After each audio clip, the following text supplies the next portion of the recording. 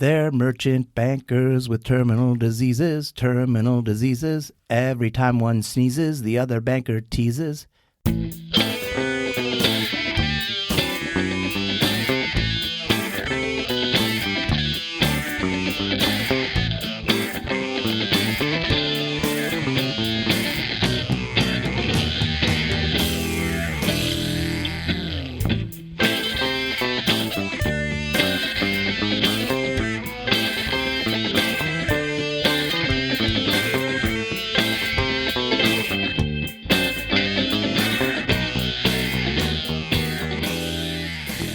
Well, we've been dying to bring you this episode for a long time. Very apropos. Yes. Welcome back to Romper Ruminations. We had a little bit of a break there. It was a protracted break. Yeah, but this is our season 1 finale. So it's big news. Yeah. And by the way, you are Kevin Machino, and you are Leo Antonelli. Welcome to Studio 8 and no oxygen. It's hot out today. Look, I think all the elements are in place. Yes. And hopefully we won't die of oxygen deprivation today. But we'll see. But that's sort of the touch and go. A big part of our topic today. The topic today is merchant bankers with terminal diseases. That's a mouthful. It is. It's a show, I think, back in about 1983. I had this vague recollection. I was 16 years old. And my brother was about 11, and we watched a lot of TV in our youth. We stumbled on this show. I think it was a mid-season replacement in the summer. It's a long shot, at best, Right. It was called Merchant Bankers with Terminal Diseases, and it was just like it sounded. It was on ABC, and it only lasted, I think, about 6 episodes, but it was so weird and so strange that it left an impression on us. And those episodes haven't been released on DVD yet. No, and I think they have like maybe 1 or 2 snippets on YouTube that you can find. But we really all we have to go on is our own memories, because you've never seen the show, is that correct? No. Listen, I'm going to be asking a lot of questions throughout this. The only person I ever knew who saw this show was my brother Fab, who lives in Sackville, New Brunswick. So we placed a transcontinental call through the miracle of modern technology. Yeah, well, I think we're linking up. Hopefully this will work. Fab, are you out there? Yes, I am here. Okay. Wow. I managed to make it there. Yeah. Now, they used to have big communication towers in New Brunswick, I remember. Yeah, they were torn down, but we could still communicate with the outside world. So it is a miracle. Even without these towers. Even without, they knocked them down. But we still go on. We still march on. Okay. March on? March on? Not march on. Oh, sorry. What do you remember about this show, Fab? Do you remember much about it? Probably not. I don't know. Maybe not as much as you. I was younger. You were a little younger, yeah. It was odd. I did remember that they did have their bowler hats on. That they were British. I don't think they were British. They were American, but they for some reason dressed like they were British. The British merchant bankers. Right, because even the term merchant bankers, I think, is a British term, isn't it? Yeah, I don't think it's typically used in North America. You're right. No. Gosh, I keep picturing John Steed from the Avengers when I. Yeah, did they have they had matching suits, I know that, and hats. Did they have umbrellas too? They probably had umbrellas. If they used them as weapons, though. Even in sunny SoCal. That's right. But they also lived together. I remember that. They shared an apartment. Was that it? Yeah. For some reason, which again, I found odd because they're merchant bankers. So why were they sharing an apartment together? Right. You would assume they were pretty wealthy and could afford better digs. Yeah. It was not a nice apartment. It was It was like one room, basically, wasn't it? Like with like the Laverne and Shirley kind of. Yeah, I think that was basically a lot of the stuff we're probably going to talk about. How, like, why was this like that? Why was this like that? They may have just been as parsimonious as Jack Benny or something like that. Or I think it was just that the writing was shoddy and the budget was low. And I think it's better for the cameras if it's just one big room, right? With the multi-camera back then. So I think lazy really underscores the show. Right. Everything was done in a really lazy way. Right. It may not have made sense. Like, let's talk, like the pilot episode, right, is a good example of that. because it starts with them visiting the doctor together. Like, who goes to apart from you and you're a kid, maybe. I mean, it's odd that they had the same doctor and they were seeing them at the exact same time. And coincidentally, they had the same terminal disease. They never really got into the specifics, I don't think, of the disease. No. But it was terminal. It was terminal. It was terminal. And they both had it somehow. Yeah. But they were not related. But they lived together. They lived together. Is it like that myth about women syncing up their menstrual cycles? Yes. Maybe if you live together as men, you could. Yeah. If one has the terminal disease, the other will get it. Sync up your bowler hat and then sync up your terminal disease. I think it's. So they find out that they've got this disease, but then the episode, I remember, takes a weird turn because for some reason they have to go visit. Their friends just opened up a new butcher shop. Do you remember this, Fab? Oh yeah. So the opening shot was odd because it opened with them in the doctor's office, both in those kind Their of suits, like yeah. No, not in their suit. I think it was hospital gowns? in the hospital. Oh, gowns. right, that's right. Okay, I thought But they could still have their bowler hats on with the But they had their bowler gown. hats on. You're exactly okay. right. I think that makes sense. Okay. That makes me happy. Yeah. Okay. And then he just broke the news. So right away, the viewer got the fact that these guys both had a terminal disease. And then it didn't seem to, they kind of were not really fazed by it because you're right. Then all of a sudden the next scene was, well, we have to go to this butcher shop, which is, again, I found really strange. Yeah. That you're given this news and you just carried on your day. Yeah. So I think they got a tour of the shop and the friend said, here, why don't you guys check out the meat locker? I've got to go and deal with some customers. And they got trapped in the meat locker. And of course, in TV sitcom world, whenever that happens, you start reminiscing, and then it turns into a clip show. But they did this in the first episode. So as flashbacks go, it's pretty narrow. They basically flash back to the beginning of the episode where they found out they had a terminal disease. But if they were stuck in the meat locker, at least they'd never starve to death, right? No. Maybe they would. Well, I guess they could gnaw at the meat. But they also, they flash back to them going to see their friend at the butcher. And up until the moment where they got caught in the meat locker.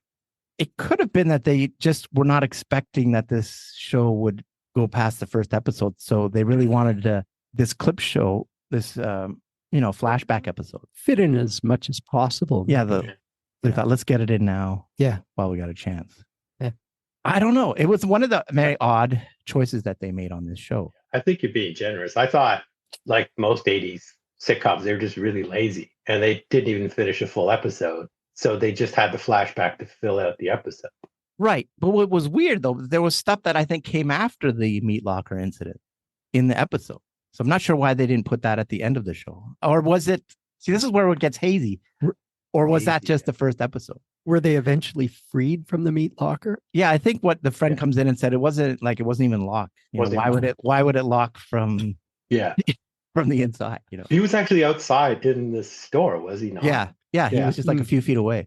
So they weren't in any peril at all. But I do remember they had to try to, because that warmth thing, they had to huddle for warmth or something like that. In a meat locker, no one can hear you scream. That's right. So. But I don't know if this was the first or the second episode, but eventually they go back to the office. And I just remember one of the first things they say is we can't tell anyone, like no one must know about this. Yeah. Again, for no reason. Like, I don't know why they wouldn't tell people. And they had this big discussion in a crowded elevator about how no one must know. No, it wasn't crowded. Why did it was just them and the one person who overheard it. Their secretary. Yes. Who was right behind them. It was not a crowded elevator. It was just the three of them. I think you're right. But the way I said it makes more sense. But again, it could be they just didn't want to pay extras. That I remembered because she was just standing right behind them. Right. And then they walked out and she was there and like, oh my God. Yeah. Yes, I remember. Okay. Again, it could be just like, we don't have the budget for that many extras. So we'll just have the three guys we're paying anyway. That could be it. Yeah. But then I remember, though, this came up that one says, we can't tell anyone. He says, not even Debbie. And the other guy says, no. And then the guy says, but she's my ex-wife. And then the other guy says, she's my ex-wife too. Do you remember that, Pat? Yes, they were. Yeah, they were married to the same woman.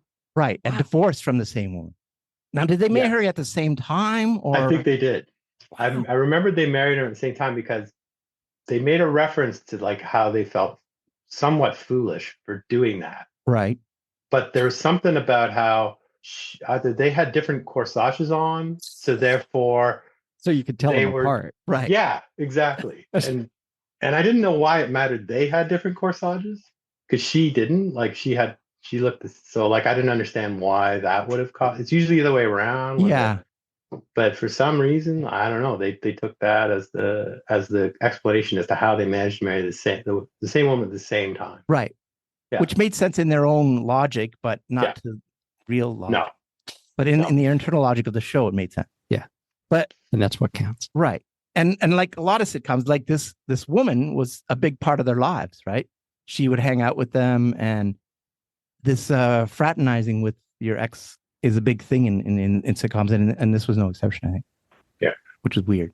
But she was awful. Like Yeah. she was just a real awful person to them, if I recall. Yes. Right. Like really crude, really crass to them. Yeah. Belittling them all the time. Yeah.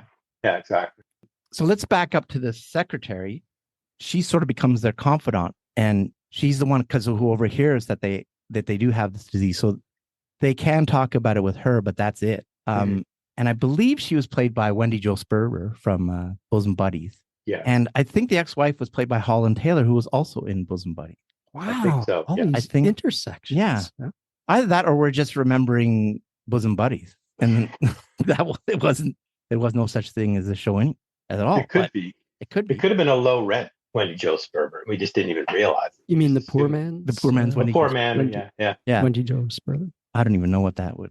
I don't know, but It boggles the imagination. you got me curious now. Yeah. And every episode, I remember they had a catchphrase. Do you remember what it was, Faz?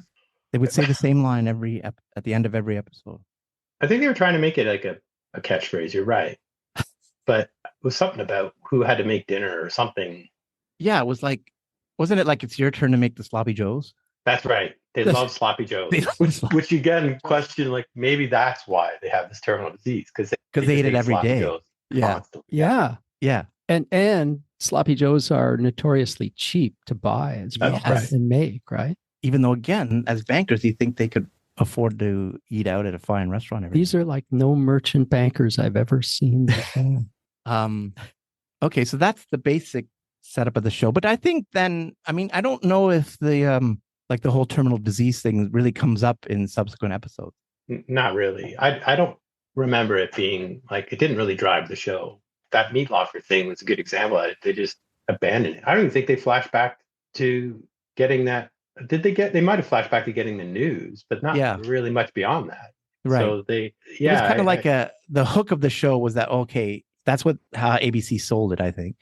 Yeah. But it was kind of like Family Ties when the whole premise of that show was supposed to be the parents are from the 60s, the kids are from the 80s, they're more conservative than their parents.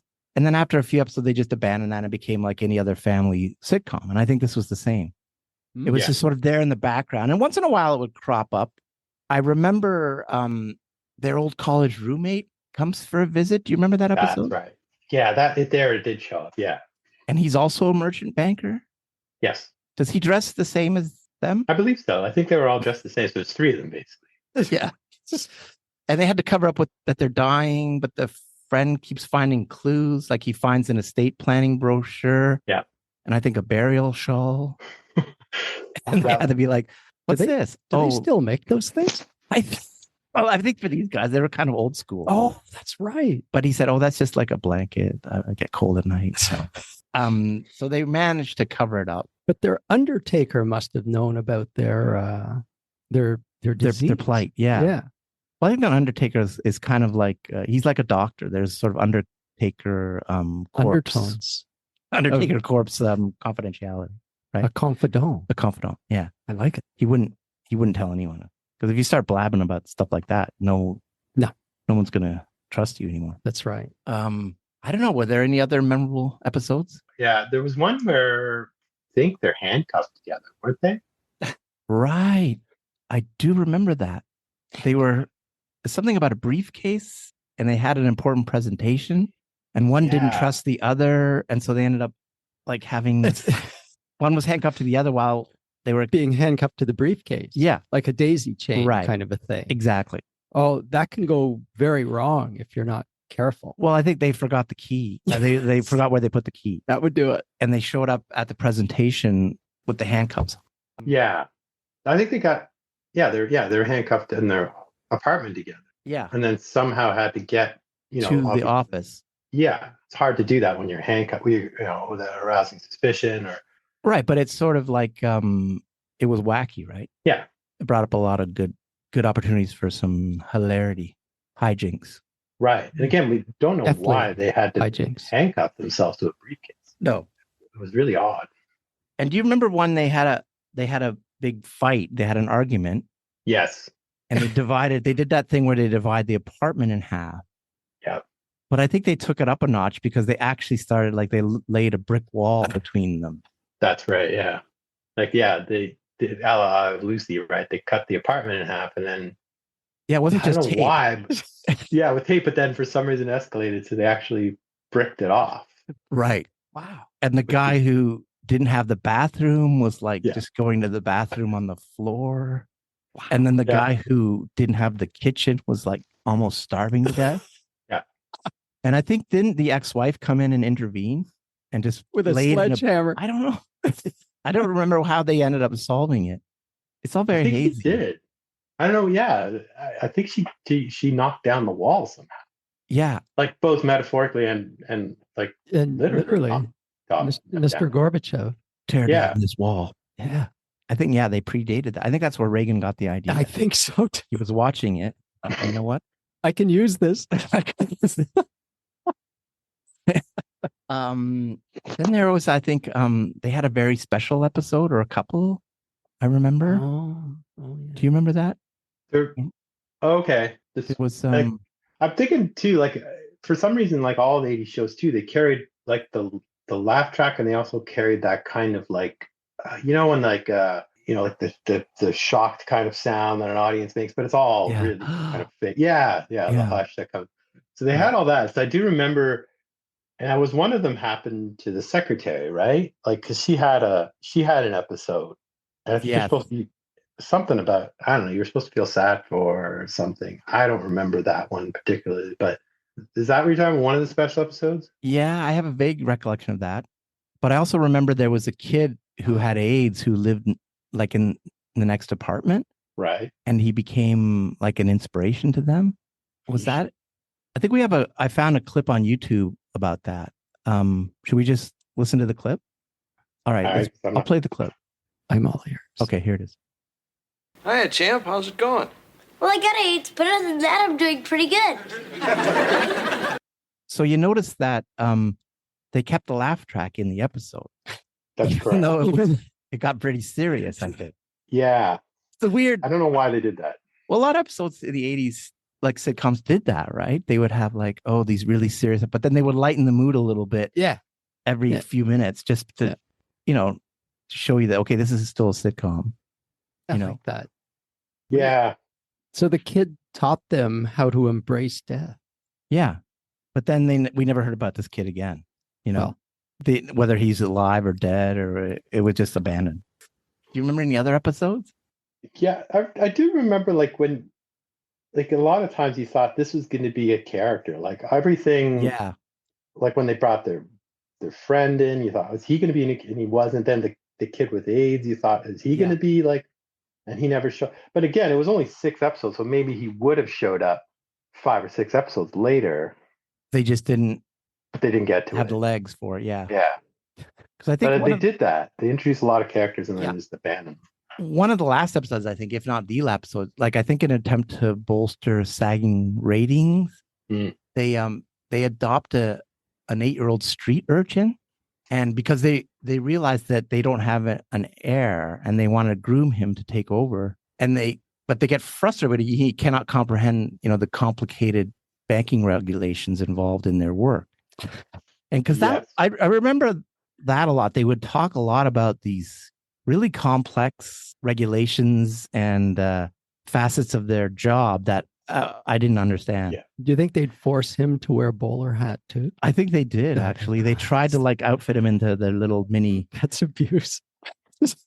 Was he like a Cockney accent boy? Yeah, like for like an some Oliver reason Twist he type did have a thing? Cockney accent, I think, and he Yeah. called governor. It was very Yeah. anachronistic, Yeah. Yeah. strange. Yeah. Yeah, the regulations part really dragged the Oh. show down. Like if it's trying to be a comedy, like 5 minutes on a international banking regulation didn't make a lot of sense. No, Really would slowed the really show down. like get into a lot of detail. I remember. Yeah. And they would have to keep up because the regulations at that time were changing so Yeah. quickly. They couldn't keep Yeah. up. Like Reagan and Thatcher really changed the economic landscape. So again, really problematic. Yeah. But yeah, again, I thought totally unnecessary. Like I don't think Yeah. people were tuning in to find out the latest on, IPOs or investments or things like that. Right. It didn't make any sense, right? No, So it was an odd choice on their part to go hard that direction. one of many odd choices I think they made. Yeah. I don't know. Do you have any other questions, Kevin, that see if we can jog our memory about this? Did they have a theme song? I think they did. They're merchant bankers with terminal diseases. Every time one sneezes, the other banker teases. They've lost their faith in Jesus. They really love their cheeses. Their cheeses. Because I remember they always ate a lot of cheese, I remember. And I They think did have they a cheese plate, yeah. yeah, to supplement the what was it? Hamburger helper? No, sloppy joes. sorry, sloppy. Yeah, they had a terrible diet. Yeah. But I think it was in the credits, there was a credit for the Dairy Farmers of America. Oh, Yeah. there's the tie-in. And I think that wasn't the theme song a cappella. Yes. It was like the Manhattan Transfer, that kind of song. Oh my god! Yeah. If only we had the Manhattan Transfer to perform our theme Our song. theme song. right? Wow. But we need words though, I think. No offense to Sean No. either. Like that's Let's during the break, because this is our last episode of the season, maybe during the break we'll come up with some words for the theme song and get if the Manhattan Transfer can come out of. Yeah. Are they even in retirement? We can ask Julie for some accompaniment as Yeah. well, and try to improve on that theme song. Yes. The sitcom, is the sitcom format, there are not many sort of multi-camera laugh track No. sitcoms anymore, unfortunately. Like on like a studio, like Yeah. no, Yeah. no, there's no way you could pull off a show like that. No. You'd want to put a show like that on the air. It was terrible.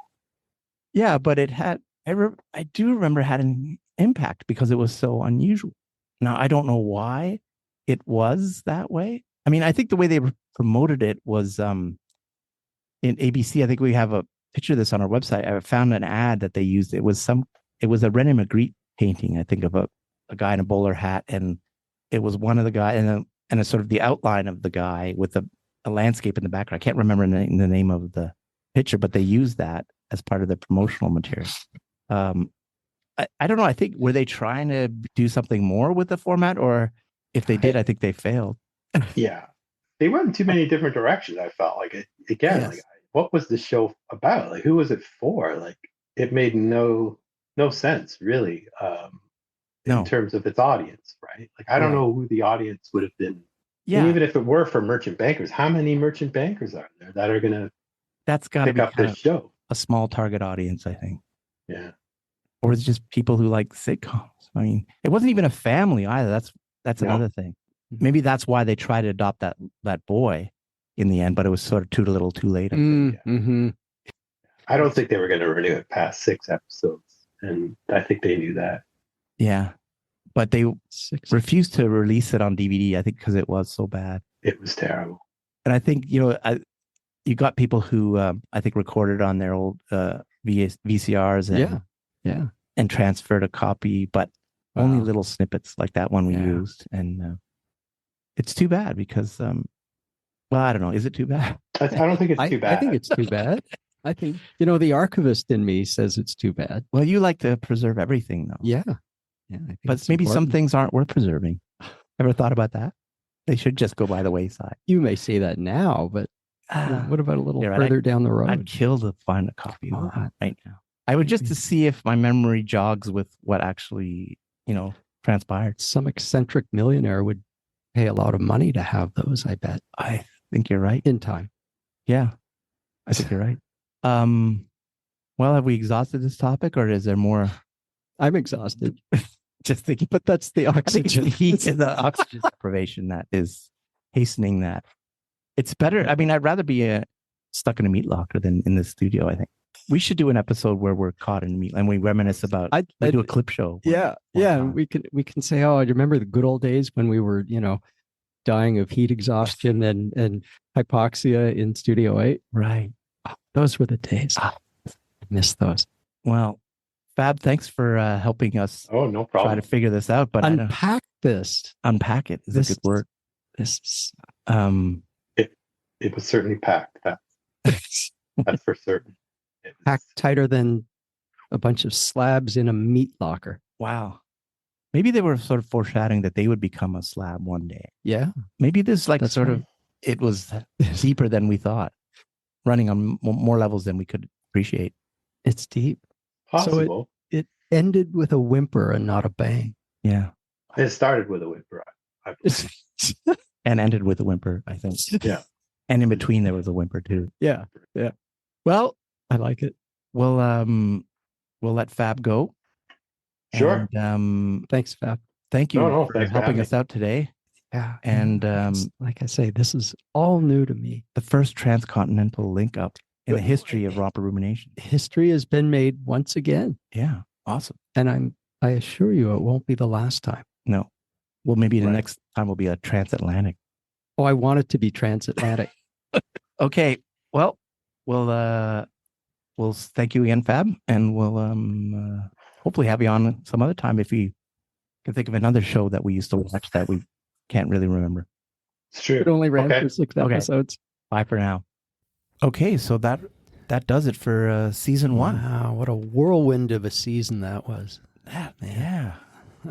I mean, 8 episodes. I can't believe we Count them. came up with so many. And some very special guests as well. Ah, yes. We want to Got thank a lot all of our people. special guests. A lot of people to thank. Well, a Matt few. Catalano, Brian Howard. Fab Antonelli. I think that's it for Yeah. special guests. Yeah. But we also want to thank Sean Bogenkamp for the music, Yes, indeed. awesome music. And also That's thanks always- to Sean and Nicole Armour for helping us with the Grama Sutra episode, Yes. the research, Yes. unpaid research, just for the love of the podcast For now. for now, until we start making the big bucks. Then they'll be the first in line. But we're not. Oh, and don't forget Julie Pearson. Sorry. Oh, Julie. For her wonderful the- rendition of the Free s- Lori Loughlin. The sweet strains. Oh, And but you know what? We're not going to leave our listeners in the lurch. you rang. mm, No, we would never do that to them.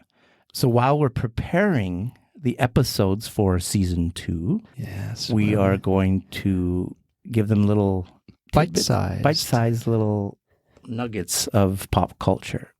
mini romps. We're calling them mini romps. Yes, highly digestible. Bite size. I love that. Yeah. So it might not be the same length, but length isn't everything. That's So to speak. yes. And that's what I pin a lot of my hopes on anyway. But that's another story. At another podcast. Podcast. That's Romper Ruminations After Dark that we're calling it. But we digress. We're even digressing in this little I know. in our send off. I know. We can't even do a tight proper send off No. But without rambling on about. Okay, these excursions. these excursions. It's all right. Okay, but it's been fun. I've had a good time. Yeah, but we'll be back soon, sooner than you think, with our mini romps, and then season 2. Oh, we're gonna have some great episodes. I Oh, think. look out for season 2. Yeah, I'm not going to give anything away right now. No, Probably because I don't know anything right now. right. Anyway, we just gave that away. So much How for little planning a goes into this podcast. poker face. Right. That's about it, I think. That's And- great. Oh, I hear is that our outro music? Well, now I hear the outro music. Okay. Well, Before I think I was just hearing things, but again, could be oxygen deprivation. So we better sign off before we pass out. So, Sounds good to me. We'll see you soon with our mini romps, and we'll see you next season for season 2 of Romp Ruminations. In the meantime, have plenty of lavender honey and stay well. Yes. And we'll see you next time. Bye for now.